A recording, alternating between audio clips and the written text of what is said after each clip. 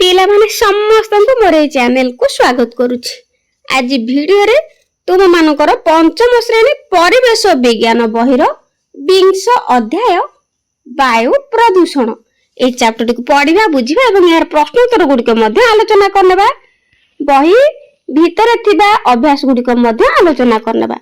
तो देखो पिला माने रास्ता रे भीड़ थिबा समय रे ट्रैफिक पोस्ट रे बेले बेले गाड़ी मोटर बहुत समय अटकी जाए। गाड़ी मोटर अटकिबा समय रे प्रायतः गाड़ी चालक स्टार्ट बंद करती नहीं। फल रे केतेक गाड़ी रु बाहर थिबा धुआं पाटिबा नाकरे पसी जाए, बहुत अस्वस्थी लागे। एही प्रकार अनुभूति तुमर मध्ये थाई पारे। दीपावली दिन बाण फुटे, बाणर धुआं आखिरे लागिले आखि पोडिला परि लागे। एपरि काहेकि हुए? तो पिला माने लेखिबा बाण फुटिले सेथिरु जेउ धुआं बाहरे ताहा वायु प्रदूषक अटे एवं एहा दूषित वायु अटे। एणु एही वायु आखिरे लागिले आखि पोड़े। तापर देखो जेउ वायु रे श्वास क्रिया करले हमकु अस्वस्थ लागे, आखि पोड़े ओ हमर स्वास्थ्य खराब हुए, सेही वायु को प्रदूषित वायु कहंती।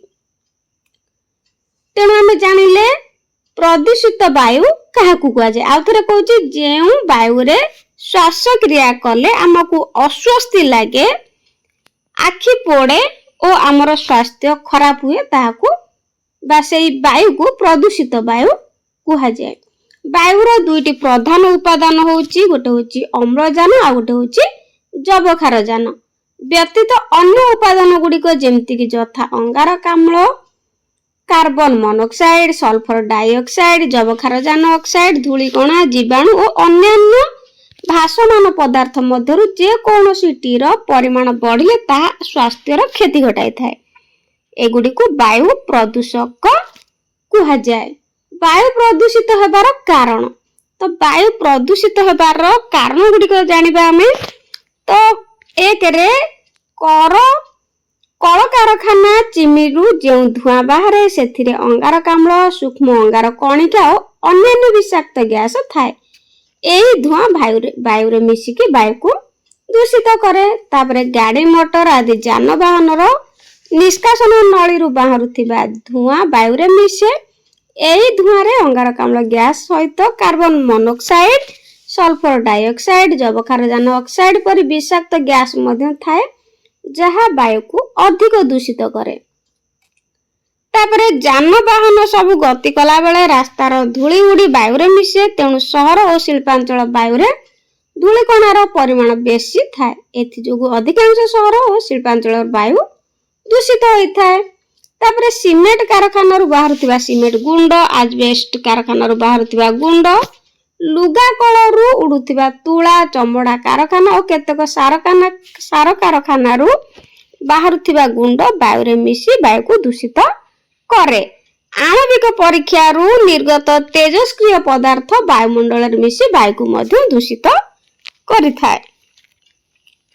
तापर देखो पिला माने आउ केउ कारण सब वायु दूषित हुए, आउ सब केउ कारण रु वायु दूषित हुए पचारि के बुझी के लेख। तो लेखिबा अलिया गदारे निया लागी बाहरु धुआं, बाहरु थिबा जो धुआं अलिया गदारे निया लागी गले सेही नियारु जो धुआं बाहरे ता सहित कोयला चुली रु उत्पन्न धुआं आदि वायु रे मिसिले वायु दूषित हुए।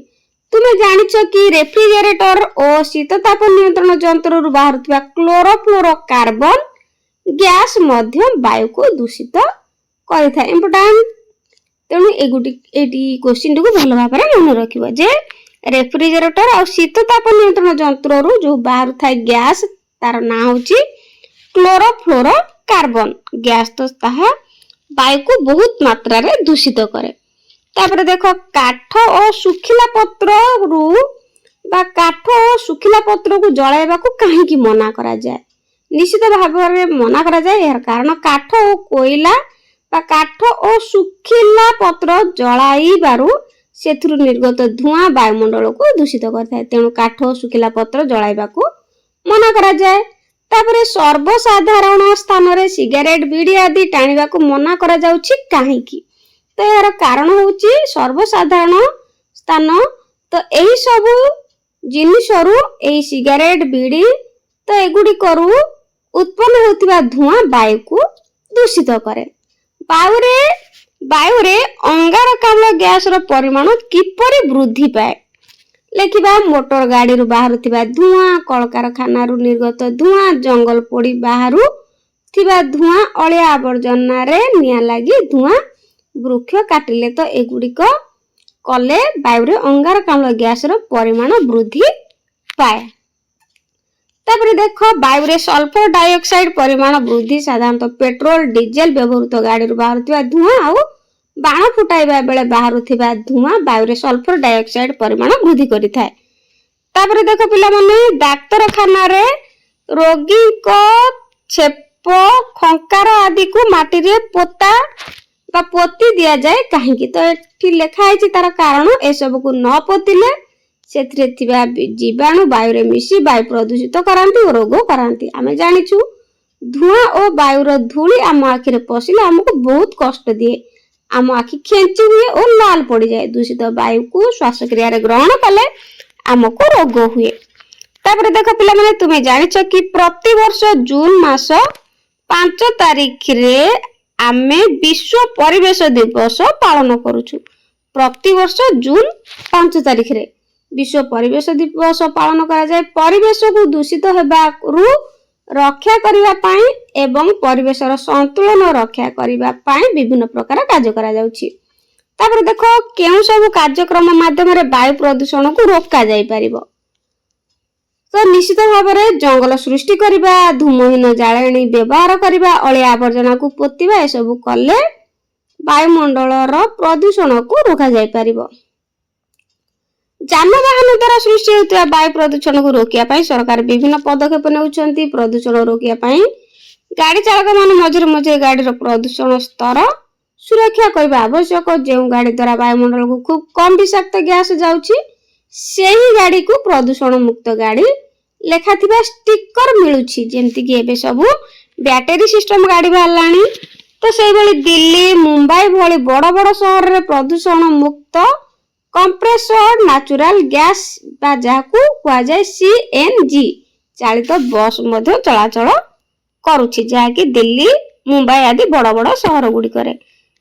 ତାପରେ ଦେଖ ଯେଉଁ ସବୁ କାରଣରୁ ବାୟୁ ପ୍ରଦୂଷିତ ହେଉଛି ସେହି କାରଣ ଗୁଡ଼ିକୁ ଦୂର କରିଦେଲେ ବାୟୁ ପ୍ରଦୂଷଣକୁ ନିୟନ୍ତ୍ରଣ କରାଯାଇପାରିବ। ଏଥିପାଇଁ ନିମ୍ନ ବ୍ୟବସ୍ଥା ଗୁଡ଼ିକ ଗ୍ରହଣ କରାଯାଇପାରେ। ତ କ'ଣ ଗ୍ରହଣ କରାଯିବ ବ୍ୟବସ୍ଥା? 1ରେ କାଠ, ଶୁଖିଲା ପତ୍ର ଓ ଗୋବର ଜାଳିବା ପରିବର୍ତ୍ତେ ଧୂମହୀନ ଜାଳେଣୀ ଓ ଚୁଲି ବ୍ୟବହାର କରିବା। ତାପରେ ଅଳିଆକୁ ନ ପୋଡ଼ି ପୋତି ଦେବା ଆବଶ୍ୟକ। ତାପରେ କଳକାରଖାନାରୁ ବାହାରୁଥିବା କ୍ଷତିକାରକ ଗ୍ୟାସ ଗୁଡ଼ିକୁ ବୈଜ୍ଞାନିକ ଉପାୟରେ ଶୋଧନ କରିବା ଉଚିତ। ଏହି ଗ୍ୟାସ ଗୁଡ଼ିକୁ ଚିମ୍ନି ମାଧ୍ୟମରେ ବାୟୁମଣ୍ଡଳକୁ ଅଳ୍ପ ପରିମାଣରେ ଛଡ଼ାଯିବା ବାୟୁମଣ୍ଡଳକୁ ଆବଶ୍ୟକ। ଫଳରେ ଏହା ବାୟୁମଣ୍ଡଳର ବହୁ ଉପର ସ୍ତରକୁ ଯିବ, ଯାହାର ପ୍ରଭାବ ଆମ ଉପରେ ପଡ଼ିବ ନାହିଁ। ତାପରେ ଡାକ୍ତରଖାନାରୁ ବାହାରୁଥିବା ଆବର୍ଜନାକୁ ପୋତି ଦେବା ଆବଶ୍ୟକ। ତାପରେ ଗାଡ଼ି ମଟରର ଗ୍ୟାସ ନିର୍ଗମ ପାଇପରେ ପ୍ରଦୂଷକ ନିରୋଧୀ ବ୍ୟବସ୍ଥା କରାଯାଇ ପ୍ରଦୂଷଣ ରୋକାଯାଇପାରିବ। ତାପରେ ଆଣବିକ ପରୀକ୍ଷାରୁ ନିର୍ଗତ ବିକିରଣର ନିୟନ୍ତ୍ରଣ କରାଯିବା ଉଚିତ। ଅଧିକ ପରିମାଣରେ ଗଛ ଲଗାଇବା ଉଚିତ। ନୂଆ ଜଙ୍ଗଲ ସୃଷ୍ଟି କରିବା ପାଇଁ ସଚେତନତା କାର୍ଯ୍ୟକ୍ରମ ହାତକୁ ନେବା ଆବଶ୍ୟକ। ତାପରେ ଅଧିକ ପରିମାଣରେ ଗଛ ଲଗାଇବା ଉଚିତ। ନୂଆ ଜଙ୍ଗଲ ସୃଷ୍ଟି କରିବା ପାଇଁ ସଚେତନତା କାର୍ଯ୍ୟକ୍ରମ ହାତକୁ ନେବା ଉଚିତ। ତାପରେ ଘନ ଜନବସତି ଅଞ୍ଚଳରେ କଳକାରଖାନା ସ୍ଥାପନ କରିବା ନାହିଁ। ତାପରେ ଆମେ ଏଥିରୁ କ'ଣ ଶିଖିଲେ? ଆମେ ଶିଖିଲେ ଯେ ଯେଉଁ ବାୟୁ ସ୍ୱାସ୍ଥ୍ୟ ପକ୍ଷେ କ୍ଷତିକାରକ ତାହାକୁ ଦୂଷିତ ବାୟୁ ବା ପ୍ରଦୂଷିତ ବାୟୁ କୁହାଯାଏ। ତାପରେ ବାୟୁ ବିଭିନ୍ନ ଉପାୟରେ ପ୍ରଦୂଷିତ ହୋଇଥାଏ। ବାୟୁ ପ୍ରଦୂଷଣ ରୋକିବା ପାଇଁ ଅଧିକ ଗଛ ଲଗାଇବା ସହିତ ଅଳିଆ ଆବର୍ଜନାକୁ ପୋତି ଦେବା, କାଠ, ଶୁଖିଲା ପତ୍ର ଜାଳିବାକୁ ବନ୍ଦ କରିବା, ପ୍ରଦୂଷଣ ମୁକ୍ତ ଗାଡ଼ି ମଟର ଚଳାଇବା ଆଦି ବିଭିନ୍ନ ପ୍ରକାର ପନ୍ଥା ଗ୍ରହଣ କରିବା ଆବଶ୍ୟକ।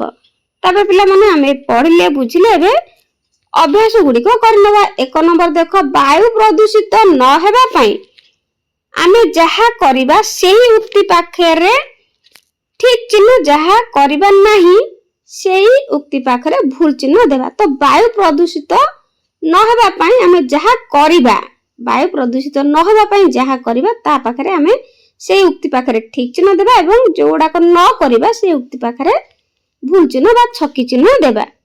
କ ରୋଷେଇ ଘରେ ଚିନି ଲଗାଇବା, ତ ଏହା ଠିକ ଅଟେ। ଖରେ ସନ୍ଧ୍ୟା ବେଳେ ଘର ଭିତରେ ଝୁଣା ଦେବା, ତ ଏହା ଭୁଲ ଅଟେ। ଘରେ କାଶିବା ଓ ଛିଙ୍କିବା ସମୟରେ ମୁହଁରେ ରୁମାଲ ଦେବା, ତ ନିଶ୍ଚିତ ଭାବରେ ଏହା ଠିକ ଅଟେ। ତାପରେ ଘରେ ଘର ଚାରି ପାଖରେ ବହୁତ ଗଛ ଲଗେଇବା, ଏହା ମଧ୍ୟ ନିଶ୍ଚିତ ଭାବରେ ଠିକ ଅଟେ, ଉକ୍ତି ଅଟେ। ମୁହଁରେ ପଚା ସଢା ଖାଦ୍ୟ ଓ ଘରର ଆବର୍ଜନାକୁ ଏଣେ ତେଣେ ଫୋପାଡ଼ିବା, ତ ଏହା ଫୋପାଡ଼ିବା ଦରକାର ନୁହେଁ, ତେଣୁ ଏହା ଭୁଲ ଅଟେ। ଚରେ ଦୀପାବଳି ଦିନ ବହୁତ ବାଣ ଫୁଟେଇବା, ଏହା ମଧ୍ୟ ଏହି ଉକ୍ତିଟି ମଧ୍ୟ ଭୁଲ ଅଟେ। ଛରେ ବିଦ୍ୟାଳୟରେ ବାହାରୁଥିବା ଅଳିଆକୁ ଗାତ ଖୋଳି ପୋତି ଦେବା, ତ ଏହି ଉକ୍ତି ନିଶ୍ଚିତ ଭାବରେ ଠିକ ଅଟେ। ଜରେ ଶୀତ ରାତିରେ କାଠି କୁଟା ଶୁଖିଲା ପତ୍ର ଜାଳି ତା ପାଖରେ ବସିବା, ତ ନିଶ୍ଚିତ ଭାବରେ ଏହା ବାୟୁ ପ୍ରଦୂଷିତ କରିଥାଏ, ତେଣୁ ଭୁଲ ଅଟେ। ଝରେ ସିଗାରେଟ ବିଡି ନ ଟାଣିବା ପାଇଁ ଲୋକଙ୍କୁ ଅନୁରୋଧ କରିବା, ତ ଏହା ନିଶ୍ଚିତ ଭାବରେ ଠିକ ଅଟେ। ଲୋକମାନଙ୍କୁ ବୁଝାଇବା ସିଗାରେଟ ବିଡି ନ ଟାଣିବା ପାଇଁ। ତାପରେ ଦେଖ ପିଲାମାନେ 2 ନମ୍ବର, ବନ୍ଧନୀ ମଧ୍ୟରୁ ଉପଯୁକ୍ତ ଶବ୍ଦ ନେଇ ଶୂନ୍ୟ ସ୍ଥାନ ପୂରଣ କର। ତଳେ ବନ୍ଧନୀ ଭିତରେ ଉତ୍ତର ଗୁଡିକ ଦେଇଛି, ତ ଠିକ ଉତ୍ତରଟି ବାଛିକି ଲେଖିବା। କରେ ଦେଖ ଜଙ୍ଗଲ କ୍ଷୟ ହେଲେ ବାୟୁମଣ୍ଡଳର ଡ୍ୟାସ ପରିମାଣ ବଢି ଯାଇପାରେ, ତ ଜଙ୍ଗଲ କ୍ଷୟ ହେଲେ ନିଶ୍ଚିତ ଭାବରେ ଅଙ୍ଗାରକାମ୍ଳର ପରିମାଣ ବଢି ଯାଇପାରେ। ଖରେ ଗାଡି ମଟର ଯାତାୟାତ କରି ଧୂଳି ଉଡିଲେ ବାୟୁମଣ୍ଡଳରେ ଡ୍ୟାସ ପରିମାଣ ବୃଦ୍ଧି ପାଏ, ତ ନିଶ୍ଚିତ ଭାବରେ ଯବକ୍ଷାରଜାନ ବୃଦ୍ଧି ପାଏ। ଗରେ ବାୟୁ ପ୍ରଦୂଷଣ ରୋକିବା ପାଇଁ ଡ୍ୟାସ କରିବ, ତ ନିଶ୍ଚିତ ଭାବରେ ବୃକ୍ଷରୋପଣ କରିବ। ବାୟୁ ପ୍ରଦୂଷଣକୁ ରୋକିବା ପାଇଁ ପ୍ରଚୁର ପରିମାଣରେ ବୃକ୍ଷରୋପଣ ବା ଗଛ ଲଗାଇବା ଆବଶ୍ୟକ। 3 ନମ୍ବର, ଜନସଂଖ୍ୟା ବୃଦ୍ଧି ହେଲେ ବାୟୁ ଦୂଷିତ ହୁଏ।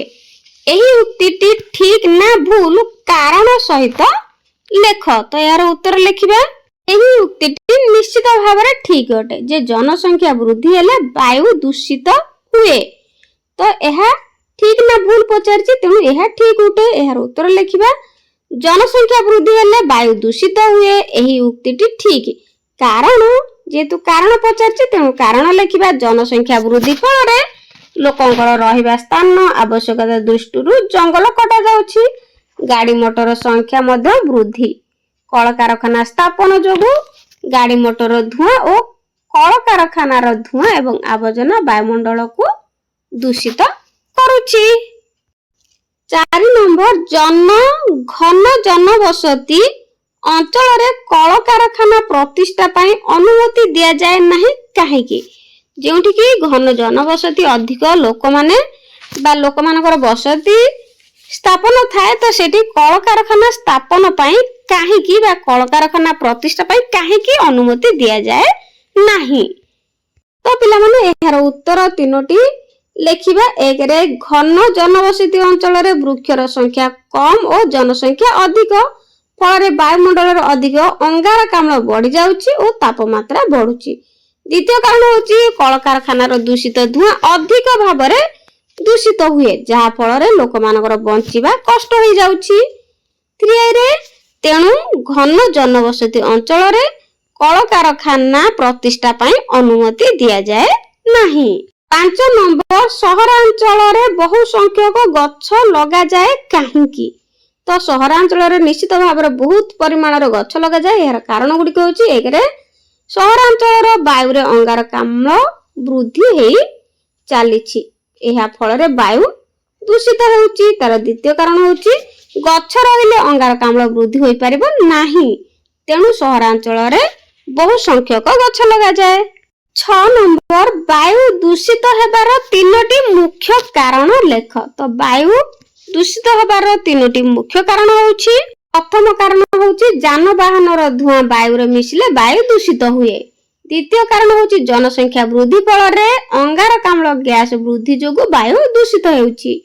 ତୃତୀୟ କାରଣ ଜଙ୍ଗଲ କାଟି ଜନବସତି ସ୍ଥାପନ କରିବାରୁ ବାୟୁ ଦୂଷିତ ହେଉଛି। 7 ନମ୍ବର ବାୟୁ ପ୍ରଦୂଷଣ ରୋକିବା ପାଇଁ 3ଟି ଉପାୟ ଲେଖ। ଯୋଉ ବାୟୁର ପ୍ରଦୂଷଣ ଘଟୁଛି ତାକୁ ରୋକିବା ପାଇଁ 3ଟି ଉପାୟ। ପ୍ରଥମ ଉପାୟ ହେଉଛି ଜଙ୍ଗଲ ସୃଷ୍ଟି କରିବା, ପ୍ରଚୁର ପରିମାଣରେ ଜଙ୍ଗଲ ସୃଷ୍ଟି କରିବା। ତାପରେ ଧୂମହୀନ ଜାଳେଣୀ ବ୍ୟବହାର କରିବା। ତାପରେ ଅଳିଆ ଆବର୍ଜନାକୁ ଗାତ ଖୋଳି ପୋତିବା। ତ ପିଲାମାନେ ଭିଡ଼ିଓଟି କେମିତି ଲାଗିଲା ବୁଝିପାରିଲ କି ନାହିଁ ମତେ କମେଣ୍ଟରେ ନିଶ୍ଚିତ ଜଣେଇବ। ଆଉ ଭିଡ଼ିଓଟି କେଉଁଠୁ ସବୁ ଦେଖୁଛ ତ ନିଜ ନିଜର ସ୍କୁଲ ନାମ ମତେ ନିଶ୍ଚିତ ଭାବରେ ଜଣେଇବ। ଆଜି ପାଇଁ ରହୁଛି, ଥ୍ୟାଙ୍କ ୟୁ।